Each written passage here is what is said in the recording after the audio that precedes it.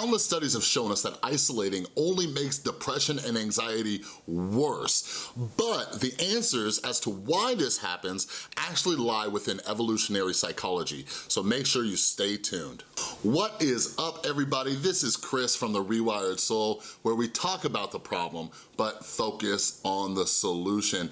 And yeah, today we're gonna be talking about isolation and why it is so bad for your mental health. I have just finished reading 2 books back to back. One of them was Big Potential by Shawn. The other one was Lost Connections by Johann Hari. And the theme that keeps getting repeated is that isolation is just terrible for depression and anxiety. One thing that I always say, and I had to learn this the hard way for myself, is that isolating has never solved anybody's problems. So if you know somebody out there who struggles with isolating, if they're always isolating and staying away from other people, please share this video on your social media so maybe they see it. Based on evolutionary psychology, we can now understand why isolating makes depression and anxiety even worse. What this is, it's your body and mind's natural reaction telling you that you need to get back to the group. So here's why.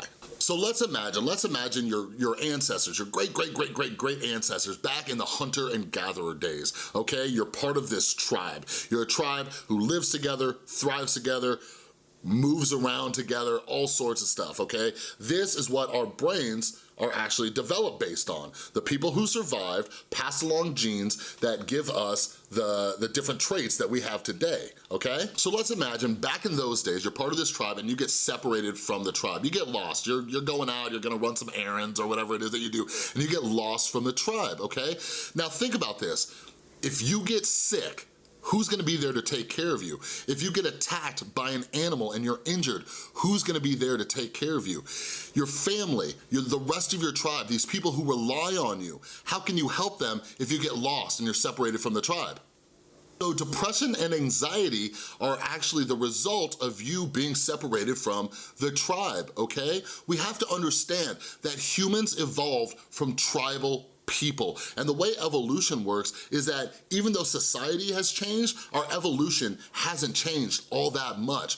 So when you're separated, when you're alone, when you're isolating, this is your body urging you to get around people. One of the biggest issues that we face today is these memes and motivational pictures that are shared all across social media that are telling you that you are the only one who can fix you. You need to do this, you need to do that. You are the only one who can solve your problems. There are even certain political parties out there who think that you need to figure this stuff out on your own. But this is completely counterintuitive to the way that our brains are actually designed.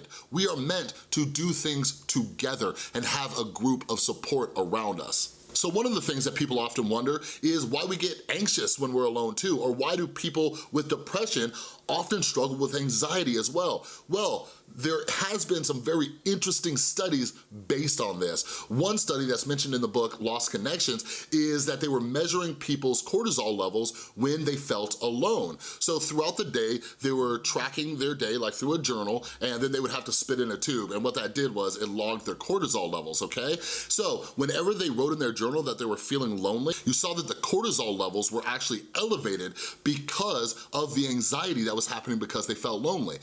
Now, another very interesting study that came from that book was this. What they did was they took people who had feelings of loneliness, and then they took, a regular group of people, and they wanted to measure how long it took these 2 different groups of people to spot a potential threat. So the people who struggled with loneliness, they were able to spot a threat within 150 milliseconds. The other group of people who didn't feel lonely, it took them twice as long, 300 milliseconds to spot a potential threat. So why is that? People who feel lonely know that they don't have anybody else around to protect them. So this is what creates anxiety. If you are someone who feels that you don't have any type of support group, you constantly gotta be on the lookout because you don't feel as though you have anybody there for you. The problem with this is that it creates this snowball effect and only makes things worse. Just for example, lonely people are very socially anxious, so they're afraid of people. They see new people as a potential threat.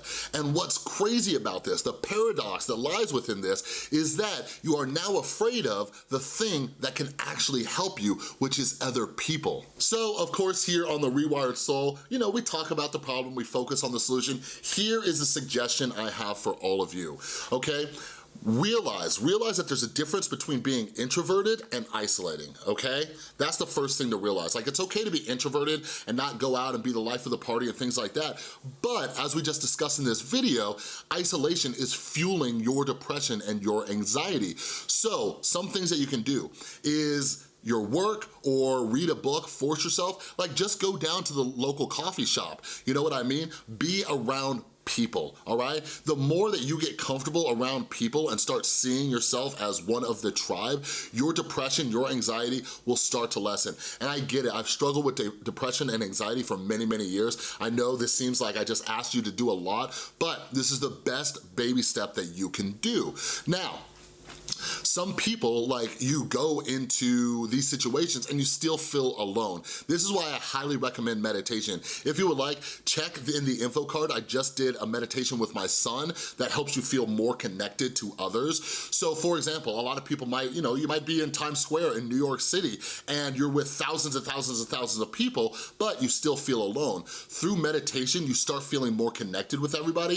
This is one of the million reasons why depression actually is lessened by regular meditation practices. All right, so again, I hope this video helped you out. I hope it helped you understand why you need to quit isolating so much. And like I said at the beginning of this video, if you think that this video might help somebody that you know, or even people that you don't even know if they're isolating, like, just share this. Share this on social media, Facebook, Twitter, Instagram, whatever you got. Share it so maybe we can help some more people out there, okay? But anyways, I would love to hear from all of you. Do you struggle with isolation? Do you need more tips? Leave a comment down below, okay?